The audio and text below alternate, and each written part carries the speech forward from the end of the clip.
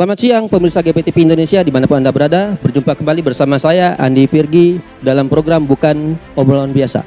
Kali ini kita telah kedatangan tamu dari salah satu lembaga yang ada di Indonesia, yaitu lembaga LPKPK, yang tidak asing lagi di telinga kita, warga negara Indonesia. Dan kita telah kedatangan Bapak Rudi Wisnu selaku Ketua Komda LPKPK Kalimantan Barat. Untuk Bapak Rudi Wisnu dipersilahkan hadir di tengah-tengah kita. Selamat siang Bapak Rudi.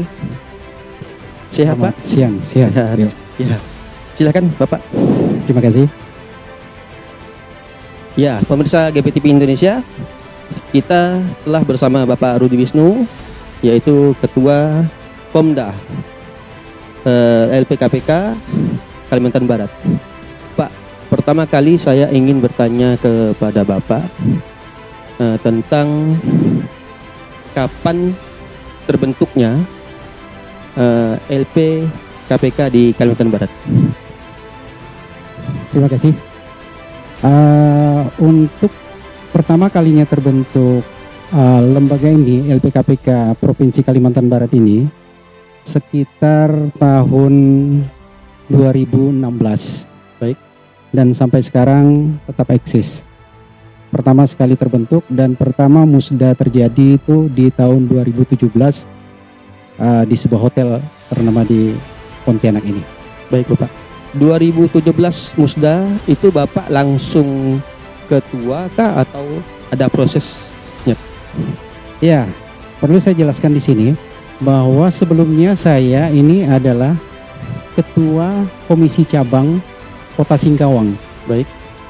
Dari 2017, kemudian di tahun 2018 saya ditarik untuk kepengurusan sebagai sekretaris Komda Kalbar. Baik. Kemudian sampai di tahun 2024 kemarin ini, di awal saya tetap sekretaris. Kemudian setelah terjadi musda kemarin, alhamdulillah saya secara aklamasi ditunjuk untuk memimpin LPKPK Komda Kalbar ini. Baik Bapak. Bapak, ini kalau di lingkungan LSM, NGO atau jurnalis, LPKPK sudah tidak asing lagi bagi lingkungan itu. Tapi untuk masyarakat luas, ada pertanyaannya nih Pak, LPKPK ini apa sih Pak? Ya. Perlu saya jelaskan di sini, LPKPK ini sebuah singkatannya itu Lembaga Pengawasan Kebijakan Pemerintah dan Keadilan, sebuah NGO LSM yang memang perannya itu adalah melakukan pengawasan terhadap pemerintah, apapun itu kebijakan pemerintah, seperti itu. Lalu kemudian ditambah dengan adanya keadilan. Keadilan itu fungsinya kami di lembaga LPKPK ini adalah menerima keluhan masyarakat, pengaduan masyarakat kepada lembaga kami terkait hal apapun juga, selama kita bisa mendampingi masyarakat tersebut. Tetapi kita memang fokusnya ini pencegahan terhadap korupsi, ya, kebijakan yang bisa merugikan keuangan negara. Dan pada prinsipnya kita akan lebih cenderung melakukan pencegahan terlebih dahulu. Baik. Pencegahan berarti dalam bentuk apapun yang masyarakat ketahui dapat dilaporkan kepada anggota atau ketua atau pengurus LPKPK Bapak ya? Lebih tepatnya diadukan ya, diadukan kepada kami untuk kita tindak lanjuti untuk melakukan pelaporan ke para pihak terkait seperti itu. Baik Pak Rudi. Visi misi LPKPK sendiri seperti apa Pak?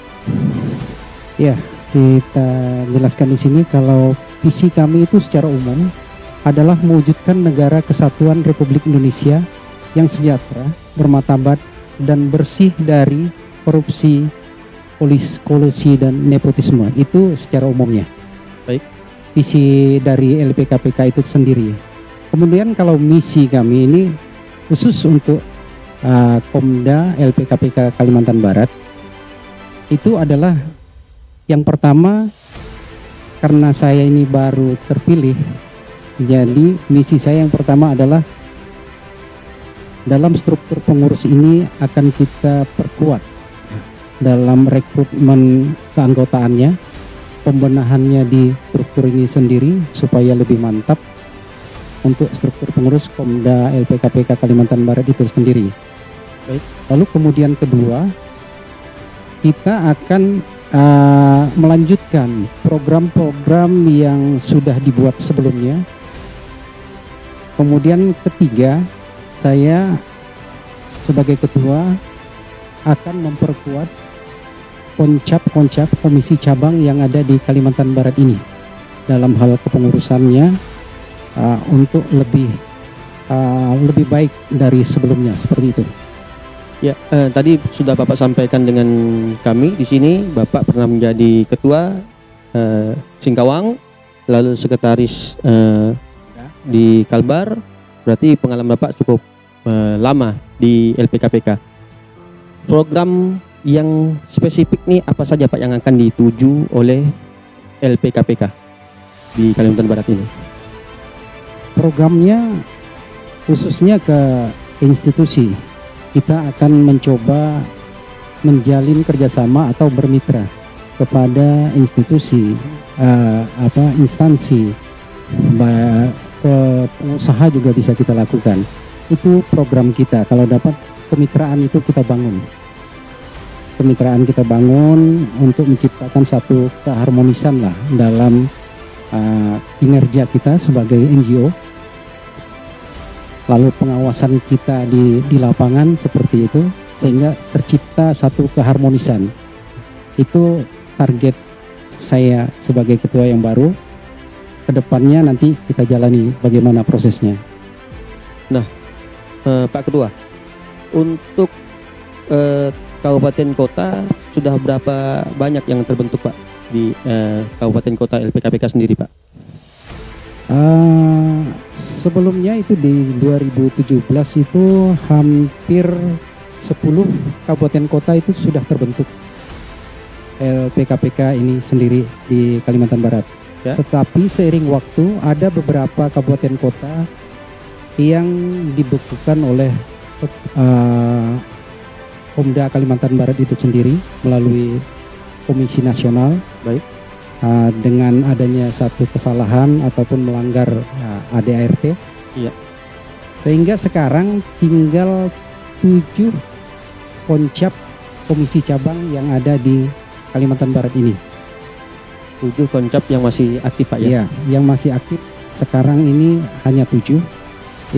Itulah menjadi target kita juga untuk ke depan. Kita akan memperkokoh 7 ini dulu, kemudian lalu menambah beberapa kabupaten kota yang belum terbentuk seperti itu.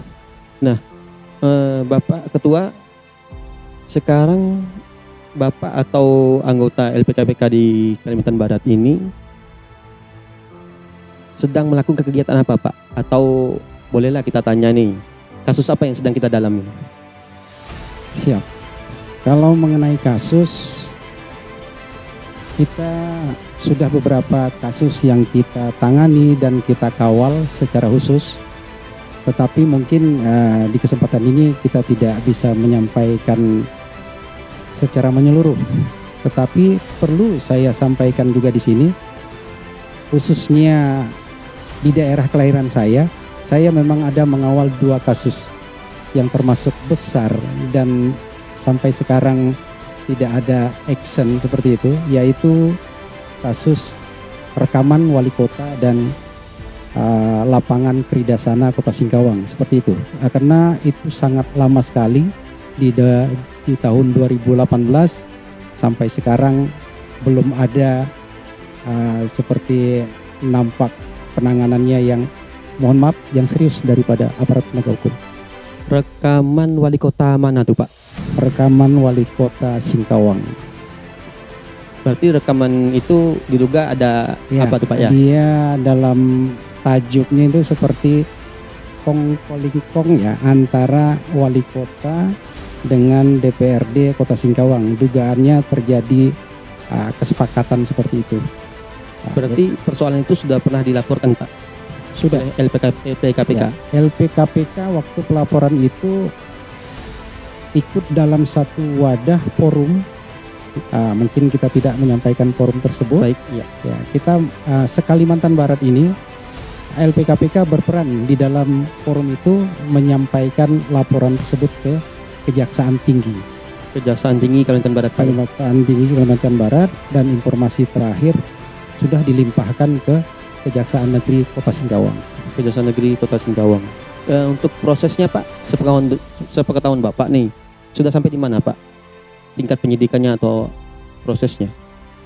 Semenjak saya menjadi sekretaris Komda Kalbar, itu saya sudah berapa kali mempertanyakan hal ini ke Kejaksaan Negeri Kota Singkawang, ke Kejaksaan Tinggi. Satu kali kita pernah datang dan dinyatakan bahwa kasus tersebut sudah dilimpahkan. Kemudian setelah kita mendatangi Kejaksaan Negeri Kota Singkawang, informasi yang kami dapat melalui kasih intel kejaksaan itu mengatakan bahwa jawabannya adalah belum cukup bukti. Nah, kita ingin minta kejelasan di situ, apakah ini sudah selesai atau SP3 atau gimana? Jawabannya adalah belum cukup bukti. Makanya dari itu menjadi target kami yang akan kami kawal terus dari LPKPK Komda Kalimantan Barat. Berarti laporan itu belum ada kejelasan Pak ya? Mungkinkah terus berjalan atau setelah SP3 atau pemberhentian pemeriksaan penyidikannya, itu belum Pak ya? Belum ada kepastian? Kalau kepastiannya jelas ada bahwa itu masih dalam proses. Tetapi secara logika kita memandang ini dari tahun 2020 ya. 2020 hingga saat ini. Ya, hingga saat ini tidak ada progres yang nyata bahwa itu ditindaklanjuti. Tetapi jawaban yang kita terima dari Kejaksaan Negeri Kota Singkawang melalui kasih intelnya itu menyatakan bahwa itu bukan tidak dilanjut, masih dalam proses pengumpulan bukti, seperti itu. Jadi istilahnya itu jawaban resmi dari Kejaksaan Negeri Kota Singkawang. Ya, Pak Rudi, sepengetahuan Bapak nih Pak, apa yang diduga orang-orang yang di dalam rekaman itu Pak sudah dipanggil oleh pihak Kejaksaan Tinggi Pak? Menurut keterangan dari Kejaksaan Tinggi itu mengatakan bahwa telah memanggil saksi ya, para saksi dan termasuk terlapor sudah dipanggil. Itu menurut keterangan dari Kejaksaan Tinggi. Tentang kebenarannya kita tidak tahu, wallahu alam, karena sampai sekarang prosesnya belum jelas seperti itu. Mandat lah Pak ya. Siap ya. Kalau untuk LPKPK sendiri Pak, tuntutan tetap sama Pak ya, harus diperjelas. Siap, harus ada kejelasan kalau mereka mempunyai nyali diproses hukum secara lanjut, ataupun kalau memang tidak cukup bukti silakan dikeluarkan SP3 seperti itu. Baik Pak. Ini Pak, Bapak sebagai Ketua Komda Kalbar LPKPK, pesan apa yang akan Bapak sampaikan untuk para anggota LPKPK yang ada di Kalimantan Barat Pak? Baik, sebagai ketua baru yang sekarang memimpin LPKPK Komda Kalimantan Barat ini, saya selalu berpesan ya, mempertegas untuk kerja kita ini, kita hanya melakukan pengawasan dari kebijakan pemerintah yang kalau di situ dugaannya terdapat merugikan keuangan negara. Baik, silakan dilakukan teguran terlebih dahulu dengan cara lisan, tulisan, tetapi beretika. Beretika dalam itu kita meminta izin atau sepertinya mohon permisi kepada instansi ataupun apapun itu yang kita datangi. Jadi istilahnya bermartabat begitu, beretika lah dalam penyampaian itu. Kita tegur, kita lakukan pencegahan terlebih dahulu. Tetapi saya menyarankan ke semua anggota saya di Kalimantan Barat, jangan lupakan yang namanya bukti.